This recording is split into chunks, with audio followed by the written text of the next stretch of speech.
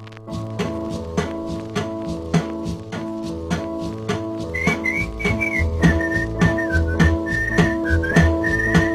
you want a revolution, the only solution, evolve. Gotta evolve. If you want a revolution, the only solution, evolve. Gotta evolve. If you're getting off track and you want to get back, may take a lot of work, won't break your... Hi, and welcome back to the continuing chronicle of the Alien Anthology box set here.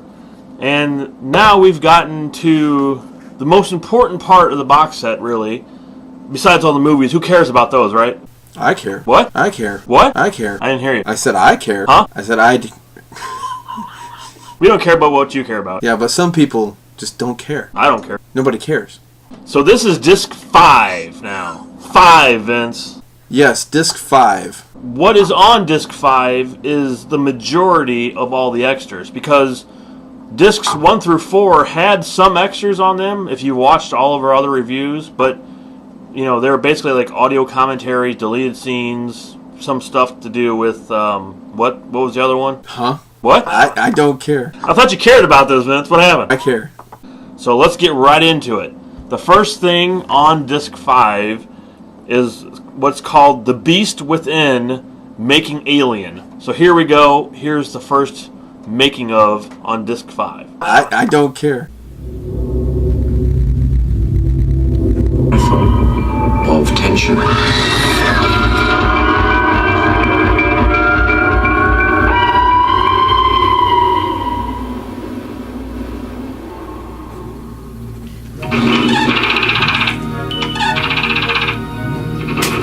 lot of things bothered me about Dark Star. We had an alien in it, which was a beach ball. It was our second try on that alien.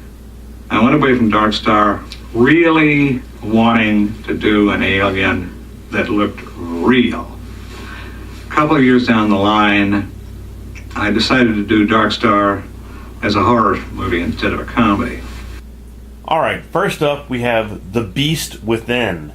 And what The Beast Within is basically Dan O'Bannon telling you how he came up with the Alien story from its very original origins of when he made Dark Star up until his idea for Alien, through the script, through how he had his friend help him through the script, and how they actually wrote the script and came up with the idea for the film. Up next we have The Visualist, direction and design. Apparently Gordon talked to Robert Aldrich. Didn't like what Aldrich had to say. He asked Aldrich how he would handle the face-hugging creature. Aldrich said, "Oh, no problem. I'll just go to the market and get a liver and throw it in the guy's face." Gordon didn't want to hear that. So what this is they're explaining how they've taken the script to director, and nobody wanted the script, and finally they settled upon Ridley Scott, who really saw the script for what it was, what the genius was in the script. Everybody else thought it was just a throwaway horror film, but Ridley Scott really saw something different in it.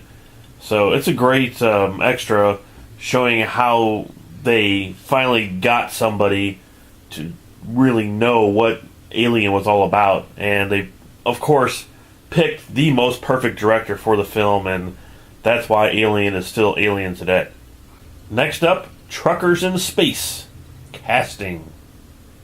First of all, I felt I wanted to see every actor in the United States in the directory. Okay, so I think we did see every actor in the United States in Los Angeles, New York. So this is all about how they got the actors for the roles for Alien. All the people in the film originally were supposed to be men, but then they got this idea to where they should make one of the characters a female because it would break the mold for all these other action heroes out there and actually make a female an action hero.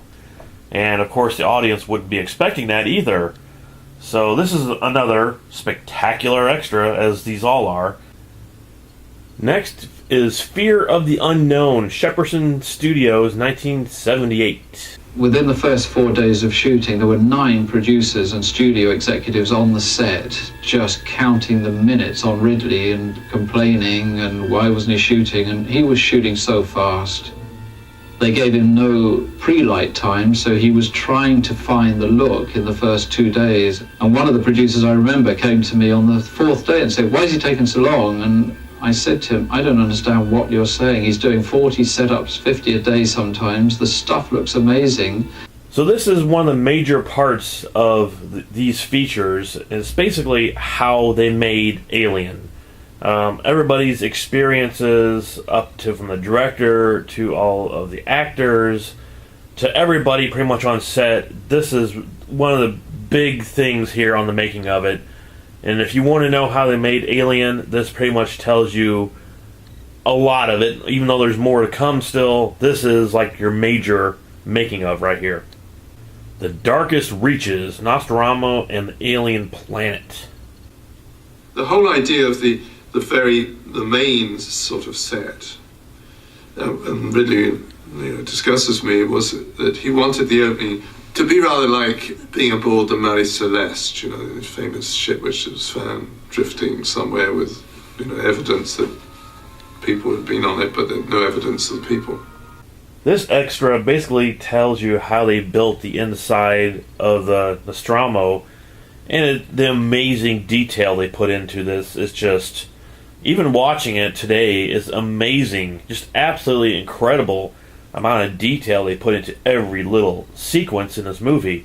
So this whole extra here is basically telling you how they created the inside of the ship and how they did some of the outsides for the actual alien planet they landed on as well.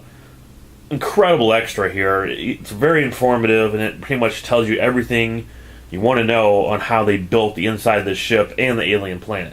The Eighth Passenger, creature design. He was very strange looking, dressed all in black, this Swiss accent. And when we were looking at his work before we met him, we weren't really sure we wanted to meet him. We were kind of disturbed about, is he really going to be here? Of course, what this extra is all about is Giger's design for the alien and how he created it and how Ridley Scott basically gave him free control over the entire film, or the look of the film. And of course, that is why Alien still is a classic today, because of H.R. Giger and his incredible art style and his incredible artwork.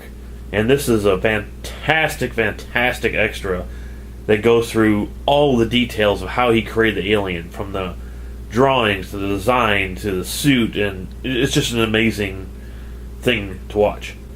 So next extra is Future Tense, Music and Editing. We got on extremely well, I thought. And I got a call from his office to find out if I would be free to do the sound on a new film he was going to do called Alien. So I phoned back and said, "Thank you very much, but I'll cut it, but I'm not going to do the sound."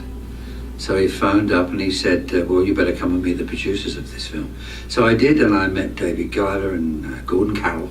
And after spending half an hour with them and Ridley and stuff, I said, "Well, can I do the film or not?" They said, "Of course."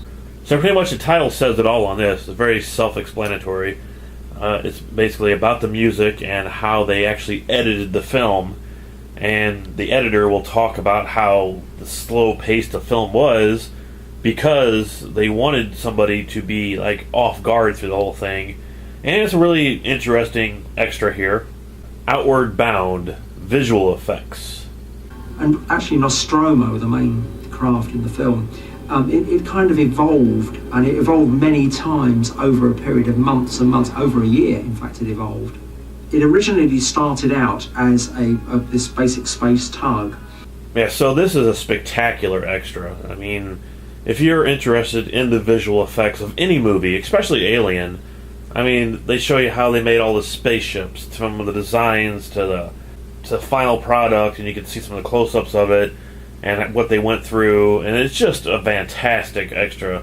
I love to watch how they make effects for films, and this was awesome. Just a great extra. A Nightmare Fulfilled, reaction to the film. It's not necessarily much going on. We arrive in this theatre, which was run by these guys. You could have eaten off their floor. The theatre was fantastic. The sound was great. It was the most incredible preview I've ever been in.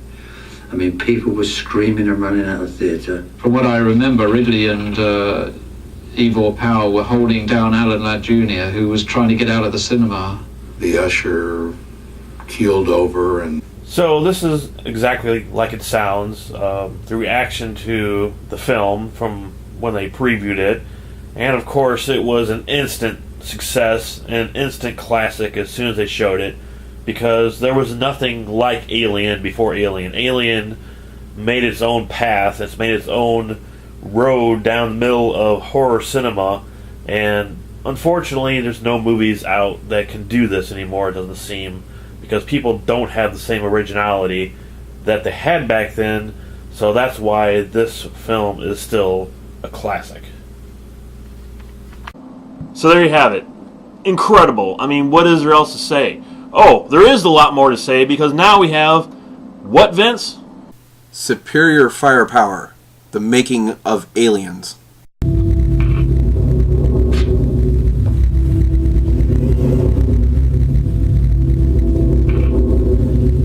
I care.